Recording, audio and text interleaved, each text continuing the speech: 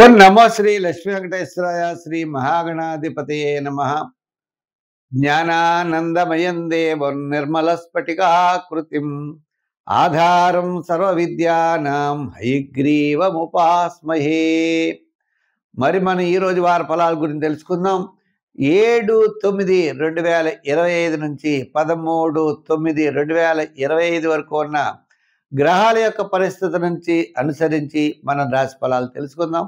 అదేవిధంగా మనం ఈ వారం గ్రహాల యొక్క పరిస్థితి ఎలా ఉందో చూసి వారికి రాశి ఫలాలు తెలుసుకుందాం. మిథున రాశిలో గురుడు, మరి సింహరాశిలో రవి, బుధుడు, కేతువు వీరందరూ ఉన్నారు. అలాగే కన్యా రాశిలో కుజుడున్నాడు.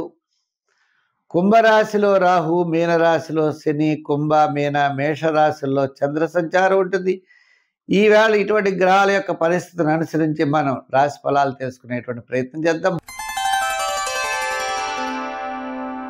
ధనుర్రాశి.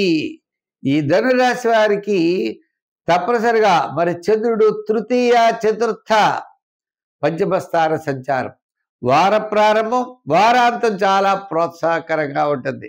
ఈ ధనుర్రాశి వారికి జూపిటర్ గురుడి యొక్క బలం ఉన్నది. గురుడి యొక్క బలం ద్వారా విద్యార్థులకు మంచి అవకాశాలు లభిస్తాయి. రాజకీయ నాయకుల గుర్తింపు, శ్రమ ఉంటుంది. వృత్తుల వారికి ఆర్థిక ప్రోత్సాహం, ఎవరో సమాధానం చెప్పే పరిస్థితులు కూడా మనకి ఎదురవుతూ ఉంటాయి. ఎందుచేత ఈ ధనుర్రాశి వారికి అర్ధాష్టమ శని ప్రభావం ఉన్నది. శని ప్రభావం ఏమిటంటే మనల్ని పరీక్షించే వాళ్ళు ఎక్కువ అవుతూ ఉంటారు.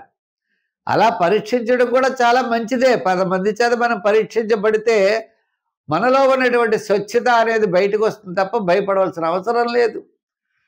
అంచేత శని భగవానుడి యొక్క కారణం ఎప్పుడు కూడా పరీక్షించడమే ఆయన యొక్క ఉద్దేశం. కాబట్టి ఈ ధనుర్రాశి వారు భయపడవలసిన అవసరం లేదు. ఎంచేత గురుడి యొక్క బలం ఉన్నది. మీరు పరీక్షల్లో తప్పనిసరిగా విజయం సాధించగలుగుతారు అని అర్థం. అంచేత ఈ రాశి వారి యొక్క విద్యార్థులు కావచ్చు, రాజకీయ నాయకులు, వృత్తుల వారికి కూడా ఆర్థికపరమైన డెవలప్మెంట్స్ ఉన్నాయి. వ్యాపారాత్మకంగా చూసినట్లయితే వ్యాపారాత్మకంగా కూడా స్థిరాస్తి డెవలప్మెంట్స్ చాలా బాగుంటాయి.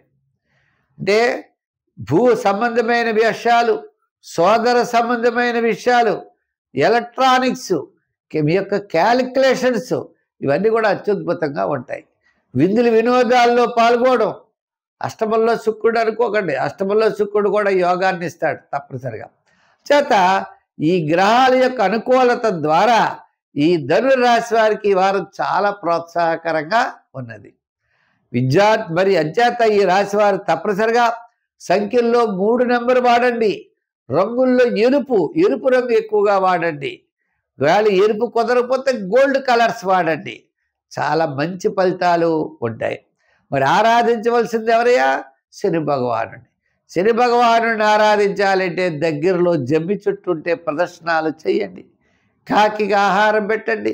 చీమలకు పంచదార, చిన్న చిన్న బాగా ఇబ్బందులు పడే వారికి కాళ్ళకి జోళ్ళు కొనివ్వండి, గొడుగులు కొనివ్వండి. తద్వారా విశేషమైనటువంటి ఫలితాలు ఉంటాయి.